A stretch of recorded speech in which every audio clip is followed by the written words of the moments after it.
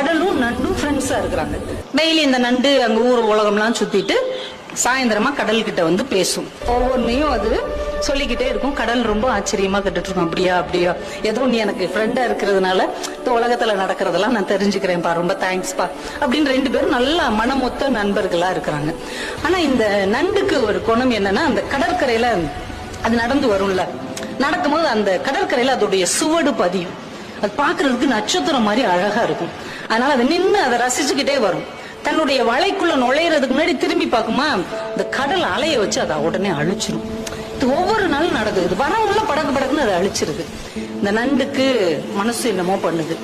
நம்ம நண்பனுக்கு நம்ம மேல ஏதோ பொறாமை இருக்குதோ, அதால நடக்க முடியாது, நம்மளால நடக்க முடியுது. அந்த பொறாமையில இவன் நம்ம சூடு அழிச்சு விடுறானோ, இவன் இவங்க கூட ஃப்ரெண்ட்ஷிப் வச்சுக்கலாமா வேணாமா, ஒரு பொறாமப்படுறவன் எல்லாம் ஒரு நண்பனான்னு மனசுக்குள்ள நினைச்சுக்கிட்டே இருக்குது. இன்னொரு நாளைக்கு இதே மாதிரி பேசிட்டு வருது, வேகமா அதை அழிச்சிருச்சு. இது வலையில நின்று முறைச்சு பார்த்துக்கிட்டே இருக்குது.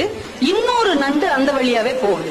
சரி, நம்ம சூடத்தான் இவன் அழிக்கிறான், அந்த எதிரியோடைய இன்னொரு நண்டோடைய சுவடை அழிக்கிறானான்னு பார்ப்போம். பார்த்துக்கிட்டே இருக்குது. அந்த நண்டோடைய சுவடை இது அழிக்கவே இல்லை. அந்த நண்டு ஹாயா நடந்து அந்த பக்கம் இருக்கிற ஒரு வலைக்குள்ள போகுது. இதுக்கு செம்ம காண்டாயிருச்சு. உண்மையிலேயே இவன் நம்ம மேல மட்டும்தான் பொறாமப்படுறான் அப்படின்னு நினைச்சுக்கிட்டு இருக்கும் போதே அந்த வழியா ஒரு நரி வருது. இந்த நண்டு நடந்து போன அந்த சுவடு இருக்கு இல்லையா, அதை அப்படியே ஃபாலோ பண்ணிக்கிட்டு போய் வலையில இருக்கிற நண்டை கவக்குன்னு பிடிச்சி தின்றுச்சு.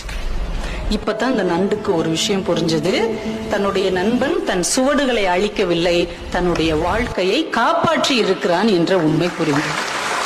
உடனே ஓடி வந்து மறுபடியும் அந்த கடற்கரையில் எழுதுச்சு, முன்பே காப்பான் அன்பே நட்புன்னு எழுதுச்சு. அதையும் அந்த கடல் படிச்சுட்டு உடனே அழிச்சிருச்சு. தன்னுடைய நட்பு கெட்டாலும் பரவாயில்லை, நண்பன் கெடக்கூடாது என்று யார் நினைக்கிறார்களோ அவர்கள் தான் உண்மையான நண்பர்கள். அப்போ உண்மையான நண்பர்கள் உங்களை சுற்றி இருக்கிறாங்களா அப்படின்னு பாருங்க.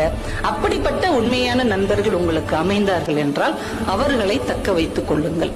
ஏன்னா நம்ம வாழ்க்கையில ரொம்ப தடுக்கி விழுகிற இடம் இந்த நட்பாகத்தான் இருக்கும். இந்த நட்பு நல்ல விதமா அமைஞ்சிச்சுன்னா நீங்க வாழ்க்கையில வேற உயரங்களுக்கு நீங்க போக முடியும். அதே நட்பு கொஞ்சம் ஏறுக்கு மாறாக அமைந்து விட்டால் நம்ம எங்க போய் நிற்போம் அப்படிங்கறதே நமக்கு தெரியாது.